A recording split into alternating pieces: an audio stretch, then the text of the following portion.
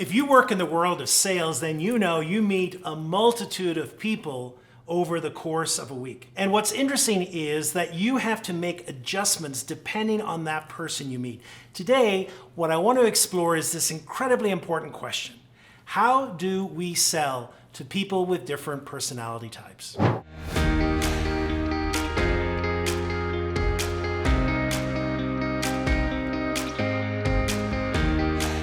You'll see behind me here a poster which looks at the DISC assessment. And we're going to use that DISC assessment to explore the different types of people that you will sell to and what their needs are. So if we can get to the core of people's needs, then we're going to make the selling process easier.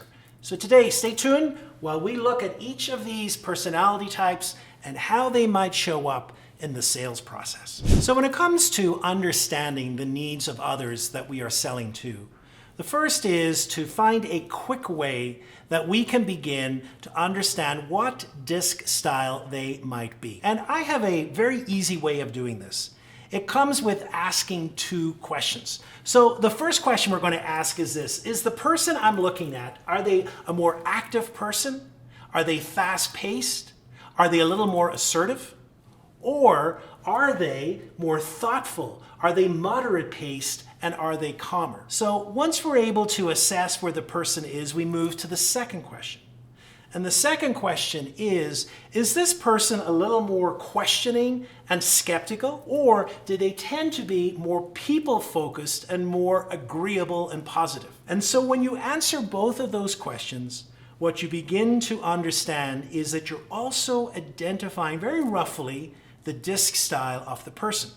And so if the person tends to be very assertive and active, but also questioning and skeptical, they tend to be D. If they're fast-paced and assertive, but more people-focused, then they tend to be an I. If they're people-focused, but then also thoughtful and calm, they tend to be an S.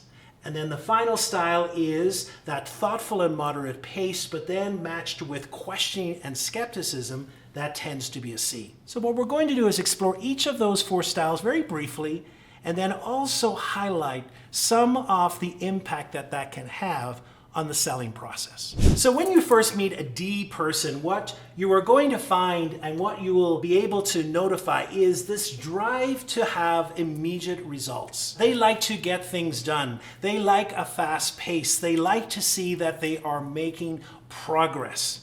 And all of that also has to inform how we are going to begin the sales process with them. So D people like to know, what will be the impact of the thing that you are selling me? Will it have a fast impact? Will it have an impact in the bottom line? They want to know if there will be results quickly from this item that you are selling. They are very impatient in selling process that is overly emotional, that attempts to have small talk. D people generally do not have time for small talk. They want to get to the heart of the issue, and they want to get to the heart of the issue quickly. They do not need hand holding. What they need is swift action. And so when it comes to adjusting the sales process for the D style, what we want to do is show confidence, because D respects confidence. We want to make sure that we mention how the impact to the bottom line will happen and how it will happen quickly. We also want to have a fast pace in our delivery, and we also want to be concise as possible in the descriptions. This is not the time for a deep dive, but rather it's the time to be concise and also to move at a much quicker pace. Also, a D personality will respond well when you show respect to their authority.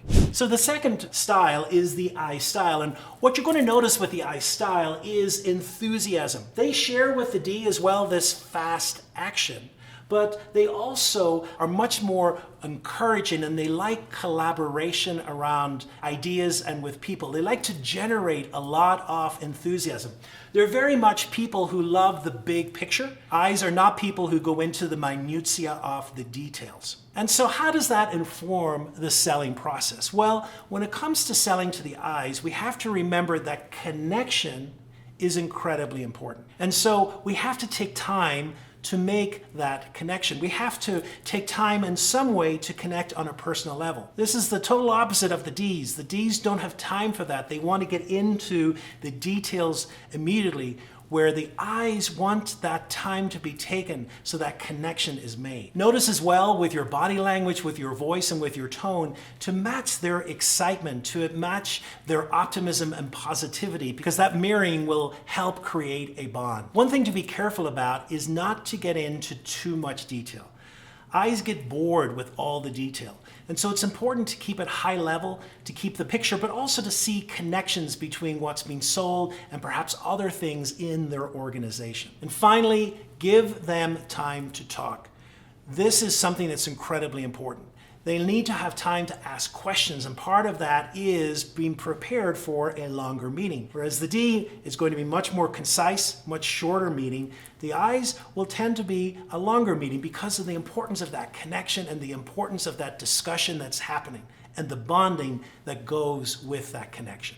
If you're enjoying the content of today's video, I invite you to subscribe and to press the bell. Every week I publish a new video which explores all different areas of emotional intelligence and its impact in the work and also at home.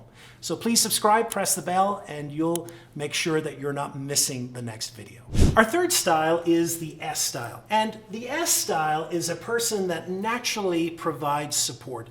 They tend to be very moderate and they tend to be calm in their affect and how they show up.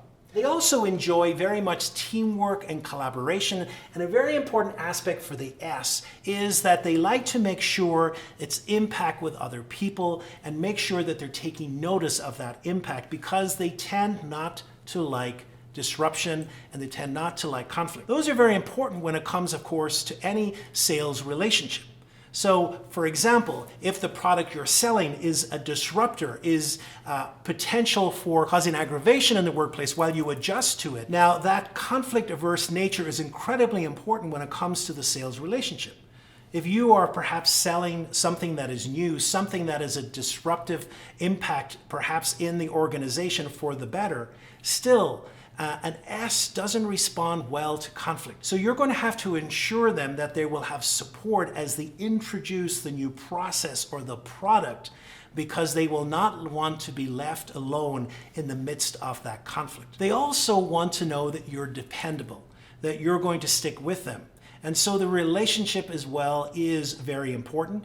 And they also want to know that you have your eye open for the impact in the wider organization as well. That will give them confidence to trust you and to trust what you're selling. And our final style is the C style. Now, C's are all about accuracy.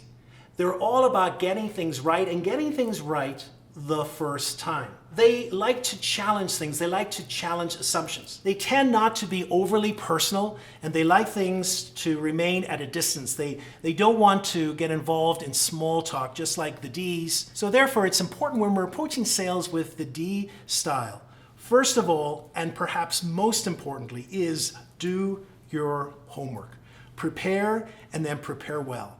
Because C's have a natural skepticism. They are going to ask you lots of questions, and they want to know that you know inside out the product that you are selling. If you are stumped, if you are not prepared, then C's will lose confidence in you as a salesperson and lose confidence in the product that you are selling. When you're going through the pitch, it's important to have clarity and a logical process as you go from point to point. C's don't do very well when everything is kind of mixed up. They want everything to be explained in detail and a logical format followed so that they can piece together their thought process about the product that's being sold. And then finally, it's important to match as well their own body language and style. Very often they tend to be a little more distant and unemotional, and it's important as well when we're selling to them that we maintain that distance as well and remain in a factual state rather than getting overly personal or trying to have an emotional pitch. So there we have the 4 different styles when it comes to DISC and how we can use those styles in the sales process. Now today I have just scratched the surface, and you could go into much more depth on each of these styles and how you make adjustments. If you would like to learn more information on the DISC assessment, or perhaps take your own assessment, there's a link below that you can avail of that with a discount coupon. Also, you may be thinking, how might I be able to administer the DISC assessment to clients that I work with? Again, there's a link below with more information on how to be an approved DISC vendor for this assessment. If you've enjoyed this video, I invite you to look at the next video, which looks at how you might become a DISC assessment trainer.